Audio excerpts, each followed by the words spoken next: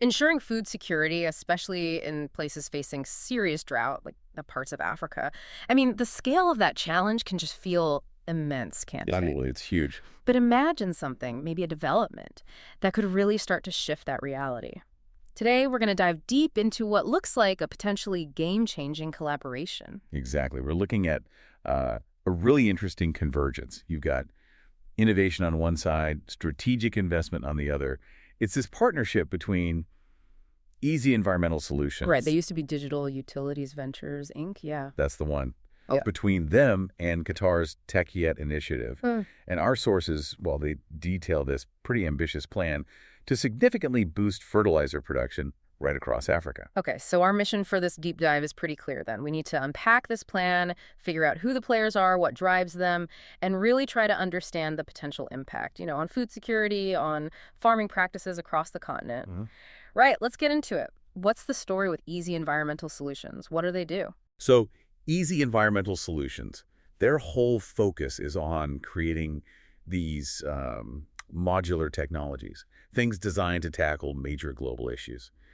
And their philosophy seems very much centered on sustainability, efficiency, practical ways to solve really big problems. And it seems their approach caught someone's eye.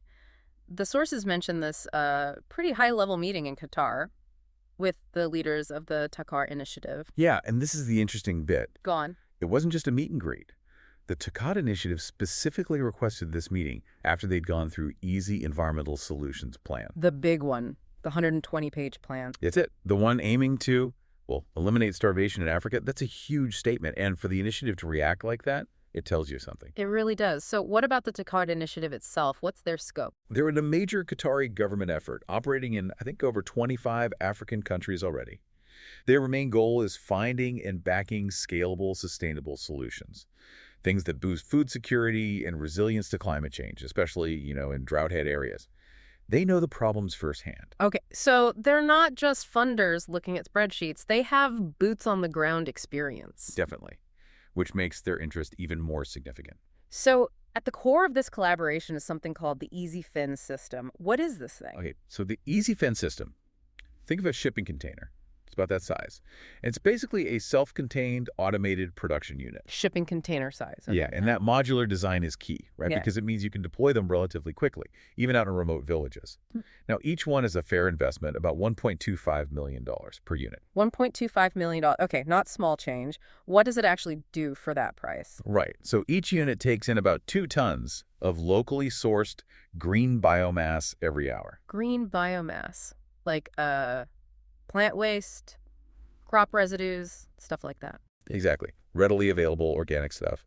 And from that input, the system churns out Easy Environmental Solutions special fertilizer. It's a liquid microbial type called Terreplenish. Terreplenish. Okay. And the output is pretty impressive. Each unit can produce enough fertilizer to treat over 1 million acres of farmland. That's, 400,000 hectares? 1 million acres from one container unit. Wow. And the potential value of that fertilizer produced locally, the estimates go up to maybe $69 million per unit. 69 million. Yeah. That's an incredible potential return. And the sources mentioned extra profits too, right? For local farmer groups and investors. Precisely. So it's not just about making fertilizer. The idea is to build a local economic engine around it. Makes sense. And the fertilizer itself, Terreplenish, what are the key benefits they're claiming? Well, this is particularly relevant for Africa. One of the big claims is it can cut the need for rainfall or irrigation by potentially up to 20%. 20% less water. It's not to be down to the microbial action. Basically, it improves the soil structure, helps it hold on to moisture better, and encourages more biological activity around the plant roots. Okay. In drought conditions, that would be absolutely massive. Huge. Yeah. And just having a steady, reliable, local supply of low-cost, high-nutrient fertilizer, that addresses another major headache. Definitely. And now there was something else mentioned, something about pulling fertilizer and moisture from the air. That sounds almost sci-fi. How would that work? Yeah, that's quite a claim. The source doesn't really dive into the technical nuts and bolts, but you could speculate. Maybe it involves tech like atmospheric water generators. They condense moisture from the air. Maybe that's combined somehow with processes that capture nitrogen from the air. Nitrogen's key for fertilizers. The basic idea, presumably, is making the system even less reliant on external inputs, more self-sufficient. Resource independence, that would be revolutionary. It really would. Because the way things often work now, relying on imported fertilizers, that causes all sorts of problems in Africa, doesn't it? Oh, absolutely. You've got massive transport costs adding to the price. Right. Retail prices that swing wildly. Sometimes doubts about whether the imported stuff is even the best fit for local soils or conditions. Africa's historically been quite dependent. And vulnerable, I suppose, if global supplies get disrupted or prices spike. Exactly. Local production, like with the EASYFEN system, tackles that head-on. Slashes transport costs, should mean a more stable supply, and potentially offers a cheaper, better product. And this isn't just a plan on paper, is it? Easy Environmental Solutions is already active. Seems so. The source says they're working with 7 international reps across Africa. They're pushing for regulatory approvals, trying to speed that up, and building partnerships directly with ministries of agriculture. So they're putting in the groundwork. It looks like it. That kind of engagement shows they're serious about making this localized model work. It's not just about shipping boxes. And they have some evidence for their fertilizer, Terreplenish. Yeah, they point to over 100 independent trials done back in the U.S. Okay. And the expectation, obviously, is that they'll see similar positive results, better yields, healthier soil in local trials in Africa. That would then hopefully open the doors for wider adoption, government buy-in, more investment. Get that local validation? Precisely. The U.S. data is a good starting point, but proving it works there with local crops and conditions, that's crucial. And the potential scale is just mind-boggling. The source mentions, 1.173 billion hectares of agricultural land across Africa. It's vast, Yeah. absolutely vast. Even if this technology only gets adopted on a fraction of that, Yeah. the impact could be continent-wide. Yeah. To bring it back to the people involved, Mark Galswick, he's the CEO of Easy Environmental Solutions. He said the talks in Qatar were really productive. He talked about this shared belief in change that's, practical, but also profitable, scalable, and importantly, lasting.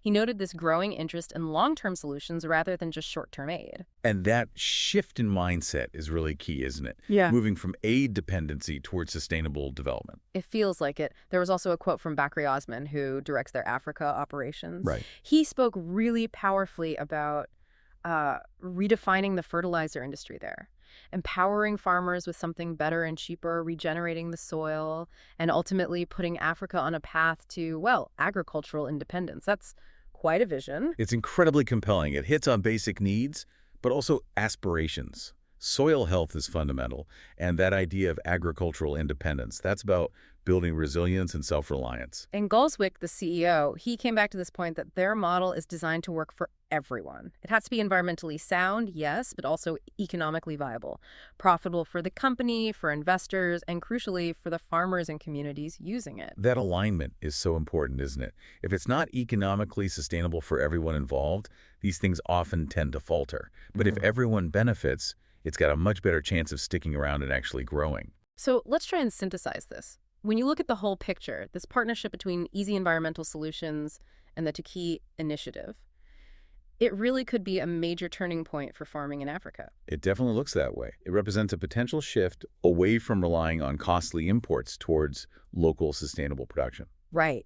The EASYFEN system, making fertilizer right there from local waste, it offers that promise of reliability, lower costs, maybe even better environmental outcomes. Which could dramatically impact yields and food security, especially, as we said, where drought is a constant threat.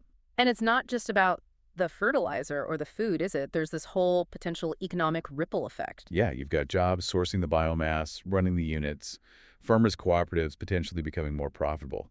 And it looks like an attractive proposition for investors looking for long-term, impactful opportunities. It's designed like a whole ecosystem. What really stands out, I think, is how it blends the tech innovation with that strategic, patient investment capital, all focused on a massive global problem. Exactly. It feels like a move towards a more entrepreneurial approach to development, empowering local actors, building local capacity, rather than just the traditional aid model. Okay, so wrapping this up, this deep dive definitely leaves us with something to think about. Here's a thought for you, the listener.